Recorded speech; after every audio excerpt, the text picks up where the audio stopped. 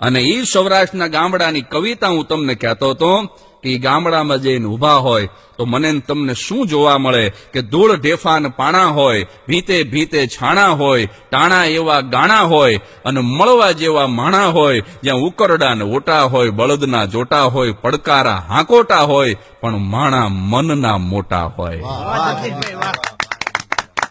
માથે દેશી નળિયા હોય, વીઘા એકના ફળિયા હોય, બધા હૈયા બળિયા હોય ને કાયમ મોજે દરિયા હોય, જ્યાં હામૈયા ફુલેકા હોય, તાલેવા ઠેકા હોય, મોભને ભલે ટેકા હોય, પણ ઈ દિલના ડેકા ડેકા હોય, જ્યાં ગાય ગોબરને ગારો હોય, આંગણ તુલસી ક્યારો હોય, ધર્મના કાંટે ધારો હોય, પણ સૌનો વ્યવહાર સારો હોય, જ્યાં ડણકોને ડચકારા હોય, જ્યાં ખોખારા ખમકારા હોય, જ્યાં ભાંભરડા ભાકારા હોય, પણ ગામડા શહેર કરતા સારા હોય. સાહેબ, ગામડા શહેર કરતા સારા હોય.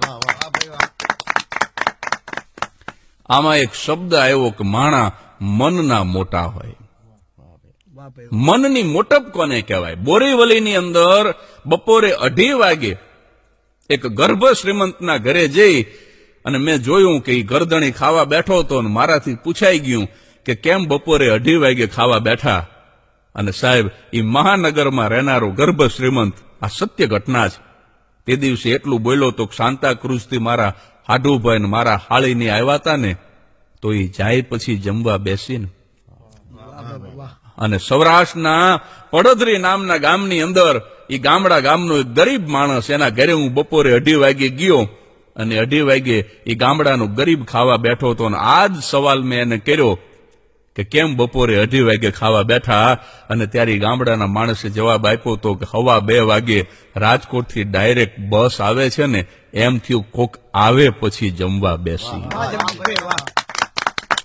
આ મનની મોટપની વાત છે સાહેબ. આશરો એનો હાવ છે નાનો અને આભ જેવો આવકાર આ અંગ ન હોય ઉજળા એના, પણ તમે દિલ જોજો દરિયાવ, ઝૂંપડીએ કોક તો જાજો, તમે એના મહેમાન તો થાજો. અને એક વસ્તુ બહુ ચોક્કસ છે, ગામડાની સંસ્કૃતિ અને શહેરની સંસ્કૃતિમાં બહુ ઓછો તફાવત છે. શહેરનો માણસ એમ વિચારે કે ભેગું કરીને જીવાય, જ્યારે ગામડાનો માણસ એમ વિચારે કે ભેગા થઈને જીવાય. બસ આટલો જ આ બે સંસ્કૃતિમાં તફાવત.